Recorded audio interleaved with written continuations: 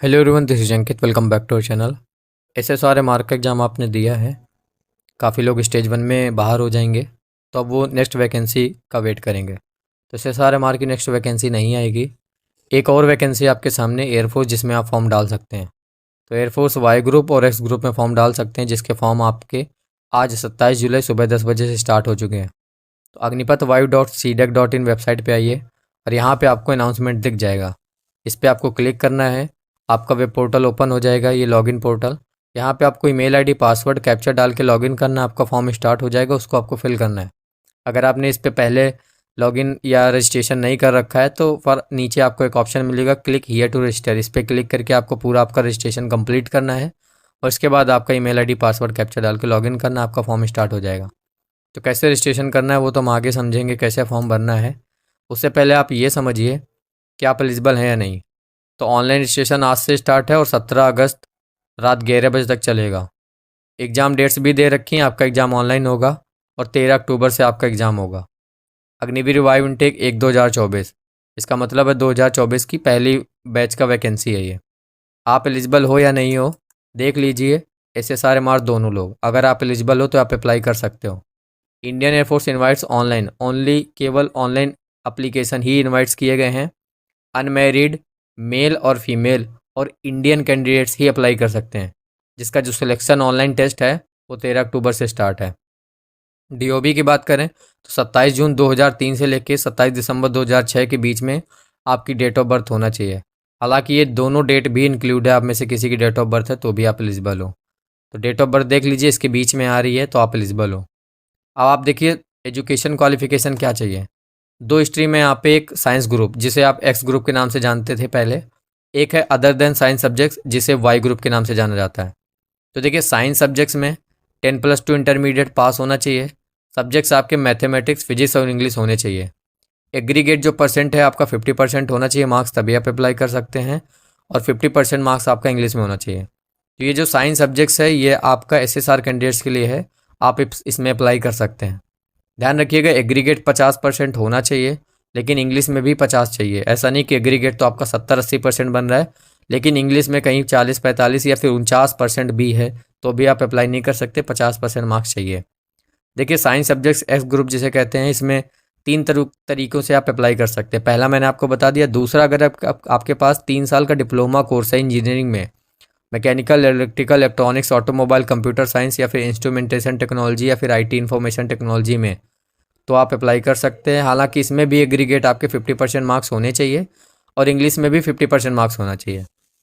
अच्छा, आपके कोर्स में इंग्लिश सब्जेक्ट्स अगर नहीं है तो फिर इंटरमीडिएट या फिर 10th में आपका इंग्लिश में जो सब्जेक्ट्स है उसमें आपका 50% मार्क्स होना ही चाहिए। एक और ऑप्शन है आपके पास, 2 साल का vocational course with non vocational subjects, physics और मैथमेटिक्स। एग्रीगेट परसेंट 50% और इंग्लिश में भी 50% मार्क्स होना चाहिए, तो इसके थ्रू भी आप अप्लाई कर सकते हैं। अगर इंग्लिश आपके कोर्स में सब्जेक्ट नहीं है तो फिर इंटरमीडिएट फिर 10th में इंग्लिश है तो उसमें आपके 50% मार्क्स होने चाहिए। दूसरा स्ट्रीम है यहाँ पे अदर देन साइंस सब्जेक्ट जिसे वाई ग्रुप के नाम से जानते हैं।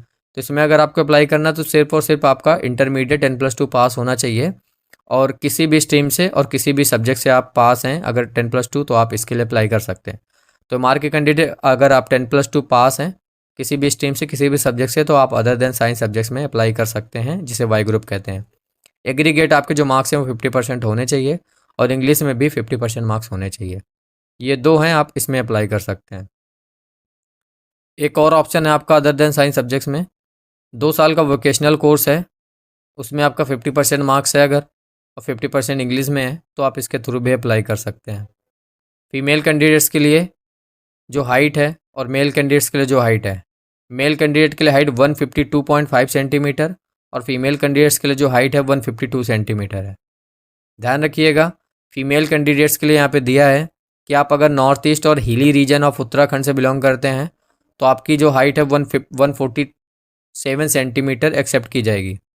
अगर आप लक्षद्वीप के कैंडिडेट्स हैं वहाँ से बिलोंग करते हैं तो जो आपकी हाइट है वो फिर मिनिमम हाइट 150 सेंटीमीटर आपकी एक्सेप्ट कर ली जाएगी। देखिए अप्लाई करने के लिए अग्निपथ वायु.cdec.in वेबसाइट पे जाइए, वहाँ पे आपको रजिस्ट्रेशन करना है। मैंने आपको बता दिया कैसे। रजिस्ट्रेशन करते वक्त कौन कौन से डॉक्यूमेंट्स लगेंगे, क्लास 10th का सर्टिफिकेट, और 10+2 इंटरमीडिएट का सर्टिफिकेट।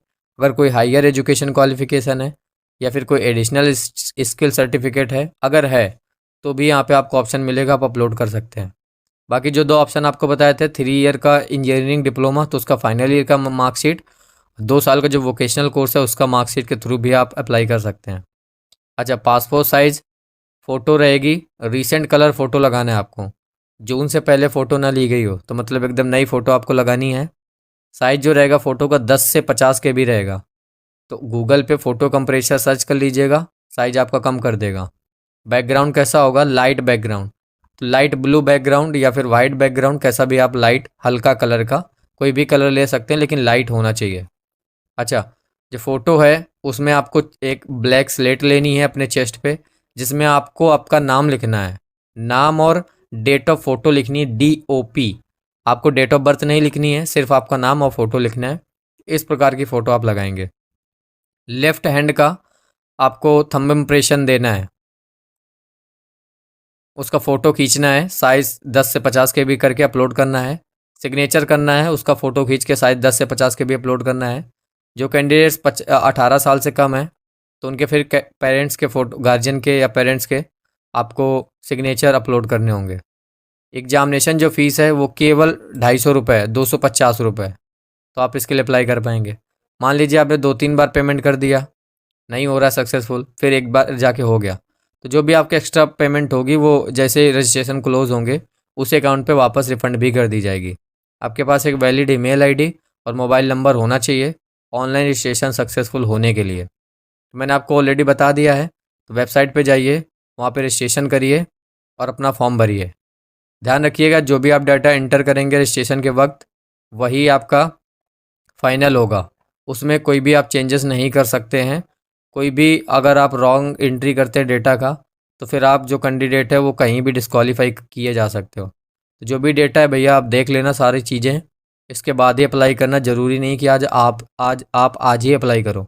आराम से डॉक्यूमेंट्स के बारे में समझ लो, सारे डॉक्यूमेंट सही होने चाहिए। फ़ोटो के बारे में मैंने बता दिया, सही होने चाहिए। सारी चीज़ें कलेक्ट कर लो, देख लो कैसे फॉर्म भरना है, वो देख लो वीडियो 1-2 बार, और इसके बाद आप अपना जो फॉर्म है वो सही से अप्लाई करिएगा। बाकी हम आपके एक्स ग्रुप और वाई ग्रुप की तैयारी करने के लिए, मतलब साइंस सब्जेक्ट्स और अदर देन साइंस सब्जेक्ट्स के लिए, हम आपकी टेस्ट सीरीज तैयार कर चुके हैं। हमारी ऐप है अंकित सिंह, तो डिस्क्रिप्शन पे लिंक है, अंकित सिंह ऐप डाउनलोड कर लीजिएगा। जैसे आपकी एयरफोर्स की तैयारी स्टार्ट करेंगे उसी दिन से टेस्ट आपके लॉन्च कर देंगे। तो पहले एक टेस्ट लगाना है, 5 दिन पढ़ाई करनी है, फिर टेस्ट लगाना है, फिर पढ़ाई करनी है, फिर टेस्ट लगाना है, फिर पढ़ाई करनी है। तो इस तरीके से हम अपनी जो तैयारी है वो करेंगे, और 13 अक्टूबर से आपका एग्ज़ाम है। बाकी और कोई क्वेश्चन है तो पूछ लेना। अगर आप एलिजिबल हैं तो इस वैकेंसी में फॉर्म ज़रूर डालिएगा। बाय।